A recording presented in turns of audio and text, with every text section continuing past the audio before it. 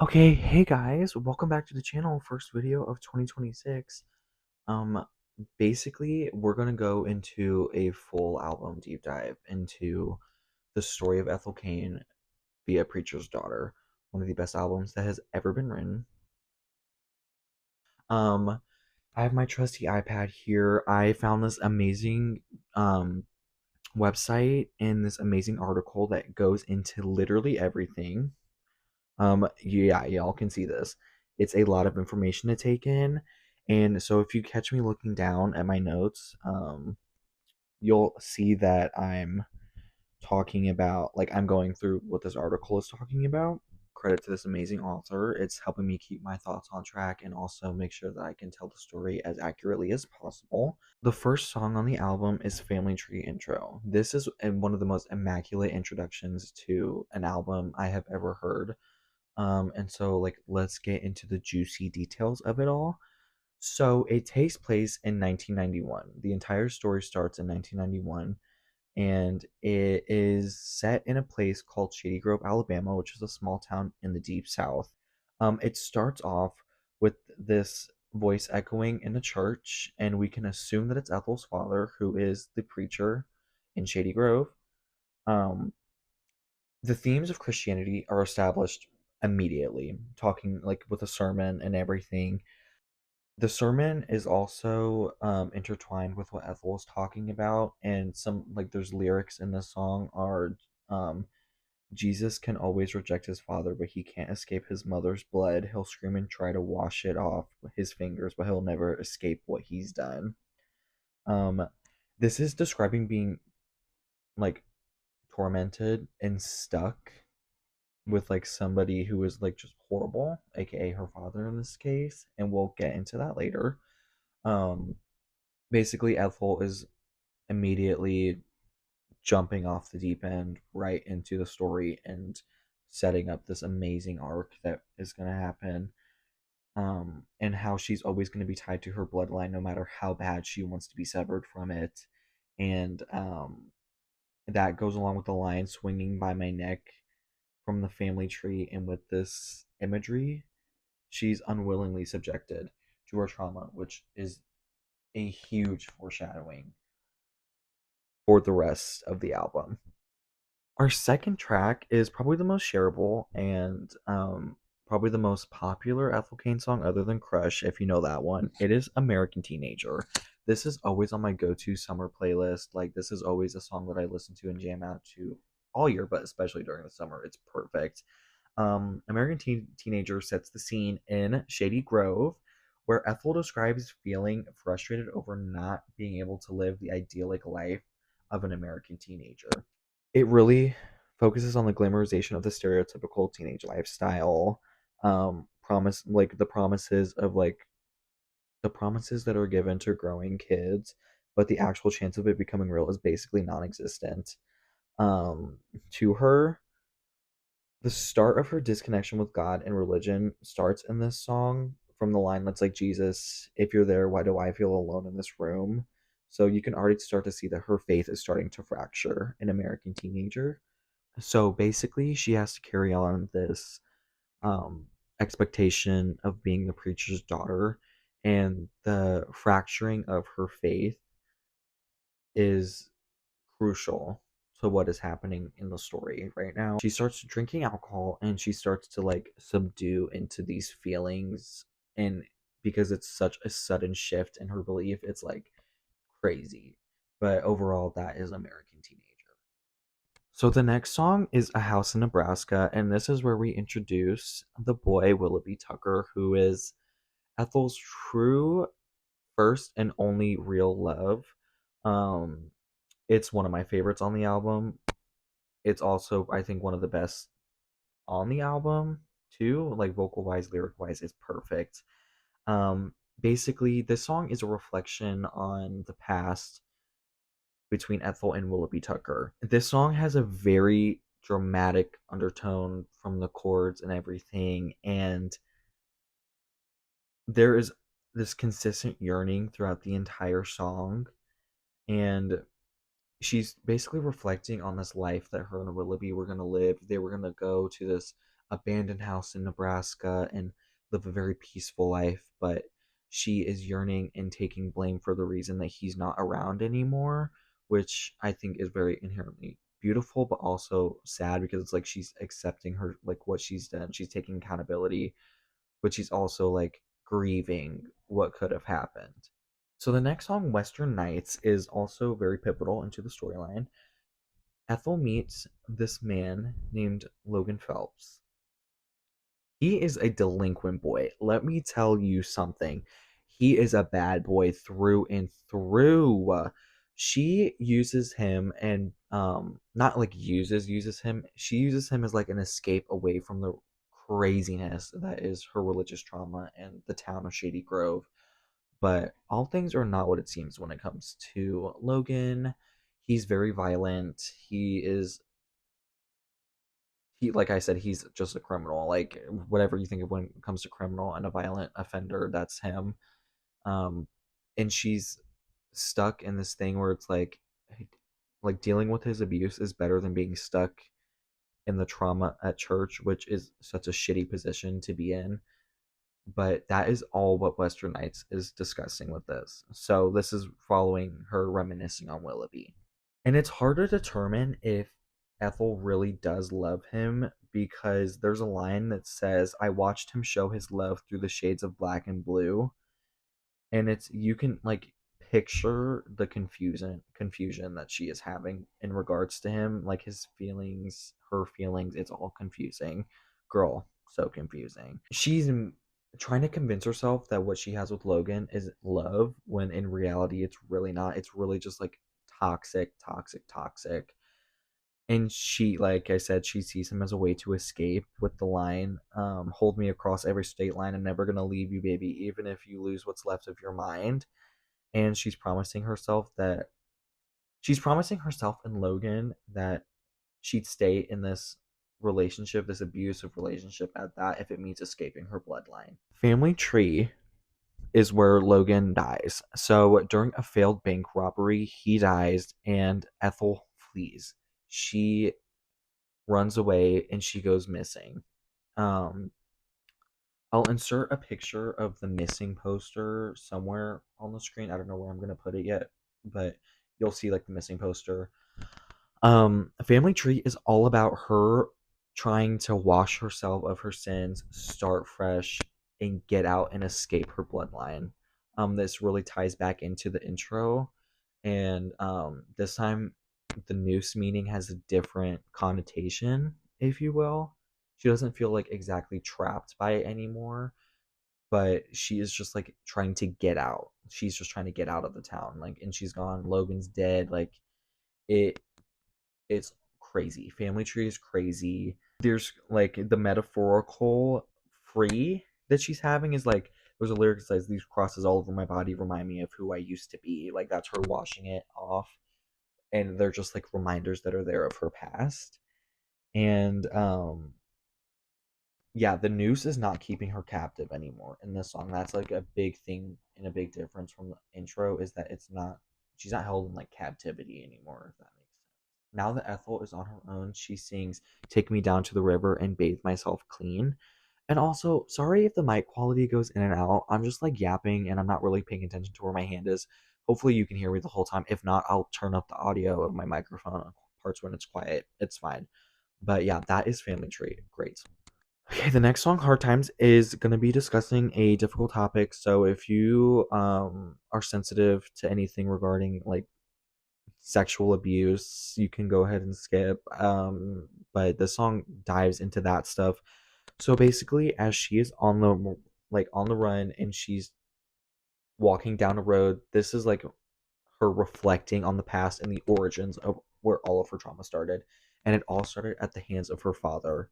And in hard times, she allows those complicated feelings to come to the surface and she starts to try and find some sort of median. So, one of the lyrics in the hard times is I was too young to notice that some types of love could be bad. And this is like showing how Ethel can't get rid of the guilt and the conflicting feelings that she's feeling when it comes to like a horrible acts done like this. Um and she feels shame over something that isn't her fault. Like, she's very shameful, which I think this is very common with a lot of um SA victims, is that they have this guilt, like it was their fault, like they shouldn't have done something that would have resulted in this happening. Like, it's really sad, and it's really it's like hard to talk about, but I like that this is like being brought up in a song, because it's like it shows that you're not alone in whatever it is, and that there's always resources out there to help you and get you through it. Um, and more of the conflicting feelings come through is like she has to keep it a secret because her father is a very beloved man in Shady Grove. He's the preacher of the church. Like, he's very well known. So it's like her life has been stained by his actions, but he can go ahead and lie in his grave and be peaceful and rest in peace, knowing what he's done. Like, that is just like so crazy to me, and it's so sad. And the ending line of the song is, "I'm tired of you still tied to me, too tired to move, too tired to leave." She can't do anything about it. Like, there's nothing that she can do to escape. And that also kind of ties into Family Tree. It's like she can escape him, and she has escaped him, but she truly, at the end of the day, she can't, because by blood she's related, and she's stuck to the family tree. Okay, so in the song Thoroughfare, Ethel meets this guy named Isaiah. She's walking along the side of the highway, the thoroughfare, if you will, and he picks her up, and she thinks that this is like the new love of her life. She feels so comfortable with him. He's like, "Do you want to see the West with me? Go to California and live this promised beautiful life." This is probably the most important character we will hear about thus far in the album, is Isaiah. He is very troubled, but at this point in the story, we have yet to see how bad he really is. And it only gets worse. I'm just saying, from the song after Thoroughfare, it gets worse. Like, every song, it just gets worse and worse and worse until. But yeah, they spend, so after she gets picked up, they spend so much time together, and there's this lyric that like is really sad, and it's like, damn, like the foreshadowing is like really devastating. She said, "In these motel rooms, I started to see you differently. For the first time since I was a child, I could see a man who wasn't angry." Oh, girl, you just wait. You just wait. But overall, Thoroughfare is a beautiful song. It's so good. The instrumental's so good. The vocals, otherworldly, beautiful. The next song is Gibson Girl, and this is the first song on the album that you can really tell a switch is happening with the story based on the production. When Ethel starts singing, it sounds kind of far away. It kind of sounds distorted. It kind of sounds spooky, and kind of like fucked up. That's because she is in fact fucked up. Isaiah is pumping her full of drugs and alcohol, and he is selling her body and exploiting her for money. Gibson Girl dives fully into that whole like sexual exploitation. Ethel's a prostitute at this point. Men are using her body consistently for Isaiah's gain. Isaiah's true colors are really starting to show at this point. He's abusive, he's toxic. He's using her in a way that she hasn't been used before, like that. Like, being sold off to other men for sexual pleasure. And nasty, fucking nasty. And Isaiah is crazy, but that is basically a general summary of where we're at with Gibson Girl and also the story as a whole. Okay, so the next song is what I consider to be the climax of the entire story. It's called Ptolemaea, and that is a reference to Dante's Inferno. If you don't know what that is, go ahead and research it right now. Pause the video, go figure out what it is. This is one of the spookiest songs I've ever heard in my entire life. It is so haunting, and there's no pun intended, because we're gonna get to the part that's like really sad and devastating. Um in this song, Ethel gets murdered. Isaiah completely loses his shit. He corners her. She's on drugs. She doesn't know what the fuck is happening. She feels like her parents are close and they're not coming to save her because she's loopy on the drugs, even though she's states away. She's gone missing. Nobody knows where she is. The only person that knows where Ethel is Isaiah, and he has her cornered. She's drugged. She can't do anything about what's about to happen. he's getting closer. He's saying all this crazy shit like stomp, stomp, stomp. He's coming. He's gonna kill her. She is singing this line that gets me is like, even the iron still fears the rot. You can be the strongest person ever, but at the end of the day, your fears are what's gonna get you. That's what that is saying. And the climax of this song, which is the climax upon the climax of the entire story, is she's like, stop, stop, make it stop, stop, stop, stop, stop. And she like keeps going. And then it's this final blood curdling scream. I'll play it real quick. Stop!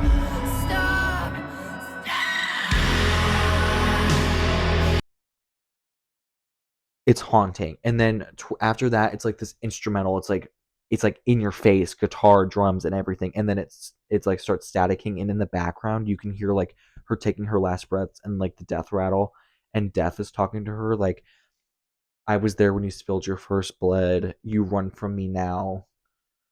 Like you can't escape me, basically. Like you can't escape that." So Ethel is dying in this. She's not fully dead, but she's about to die in Ptolemaea. Okay, so then the next two songs are instrumental tracks, which are also just as important as the ones with lyrics. August Underground directly follows Ptolemaea, and this one is very scary. This is like the death of ethelcain, is this song. The zero lyrics perfectly describes what is happening with her character. This is her death.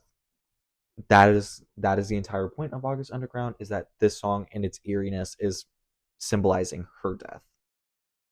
The track after that is Televangelism, and this is a beautifully improvised song by Hayden, who is ethelcain. I don't know if I said that earlier.